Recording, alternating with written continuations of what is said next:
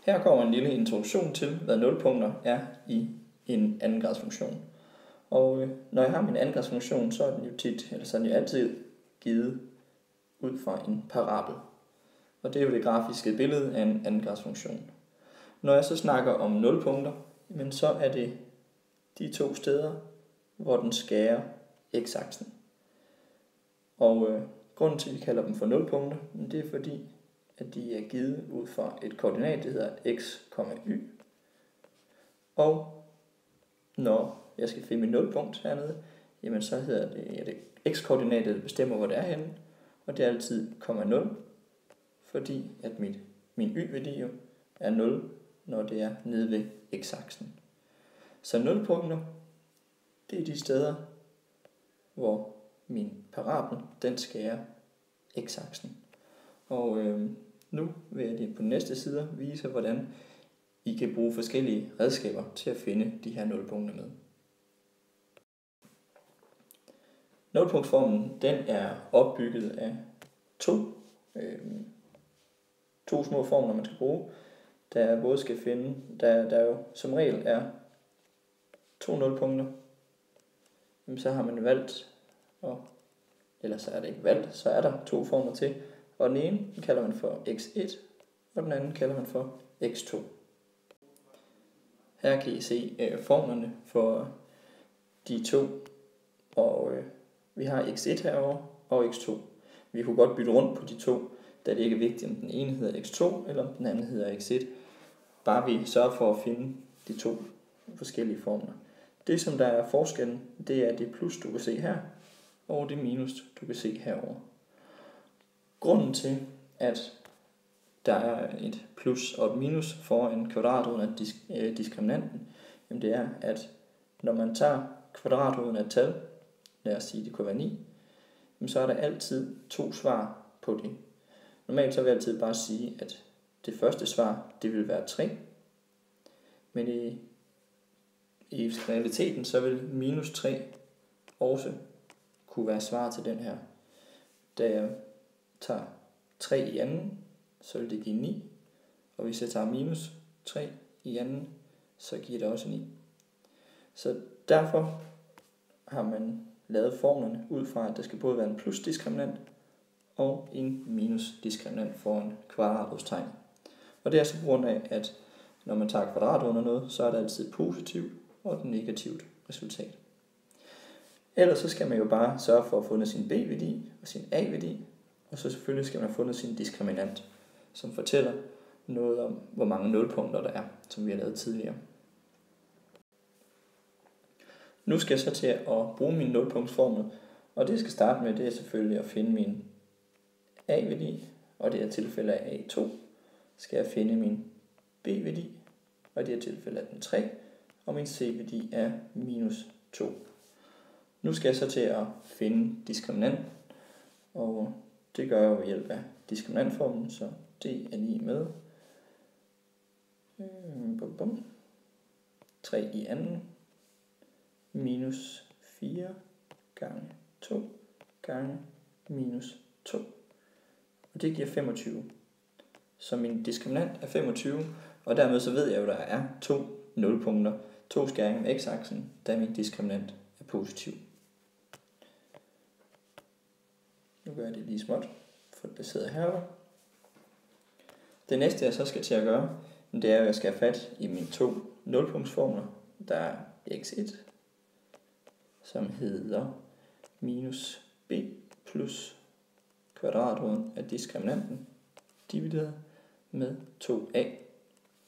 Og så har jeg x1, x2, som hedder minus b minus kvadratroden af diskriminanten, divideret med 2a. Nu sætter jeg så tal ind i dem, og for x1, jamen der bliver det jo så minus 3 plus kvadratroden af 25. Det er så 5, ved jeg jo. Og det skal divideres med 2 gange a. Og det er i tilfælde 2. Når jeg regner det ud, jamen så får jeg min x1-værdi til skal jeg lige tænke mig om her. Det er jo minus 3 plus 25, 5, det er 2, divideret med 4, det vil sige, det bliver en halv. Så min x1-værdi er her en halv. Placerer jeg lige herovre. Nu skal jeg så have fundet min x2-værdi. Og her skal jeg huske at ændre fortegnet foran kvadratroden. Tegnet. Og her er det igen minus 3 minus 25. Kvadratroden er minus 25. Og så skal jeg have divideret det med 2 gange 2. I det tilfælde, der er mit svar minus 2. Nu har jeg jo fundet mine koordinater, eller mine x-koordinater, og så skal jeg egentlig bare sætte dem ind. Så jeg har mit første nulpunkt, det hedder en halv, 0. Og mit andet nulpunkt skal jeg have fundet, det hedder så minus 2, 0. Og det er mine 2 nulpunkter, jeg har fundet. I denne video vil jeg vise, hvordan du kan bruge GeoGebra til at finde nulpunkterne for en andengradsfunktion. Så jeg starter med at sætte min andengradsfunktion ind, som i det her tilfælde hedder minus x i anden plus 3x plus 8. Og nu har jeg fået den tegnet ind i GeoGebra. Og når jeg nu skal finde mine nulpunkter, eller skæringspunkter, så er det dem, hvor den rammer x-aksen. Så omkring minus 2 og 4,5, sådan cirka. Men når jeg nu skal bruge mine nulpunkter, så skal de være præcise. Så det jeg skal skrive hernede i mit inputfelt, det kommer op her. Her skal jeg skrive rod, da det også er rødderne for andengradsfunktionen, jeg skal finde. Der vælger jeg den, der hedder rod polynom. Og jeg kan se her, at min funktion hedder f.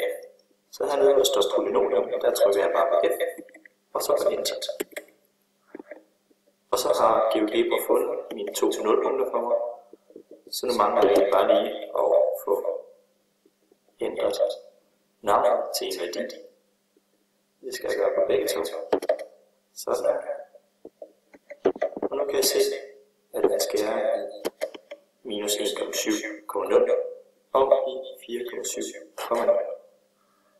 Så lynhurtigt har jeg fundet de 2 nulpunkter, der er ved hjælp af funktionen rod og polynomium i GeoGebra. God fornøjelse. Nu vil jeg vise, hvordan du kan bruge WordMath til at finde nulpunkterne i en andengradsfunktion. Og her har jeg en andengradsfunktion, der hedder 2x i anden plus 3 minus 2.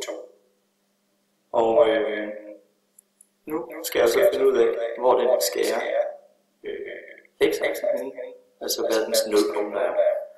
Så det jeg skal gøre, det er at gå over, så skal jeg fortælle WordMath, at f af x, det skal være lige 0. Det vil sige, hvor y-aksen, den er 0.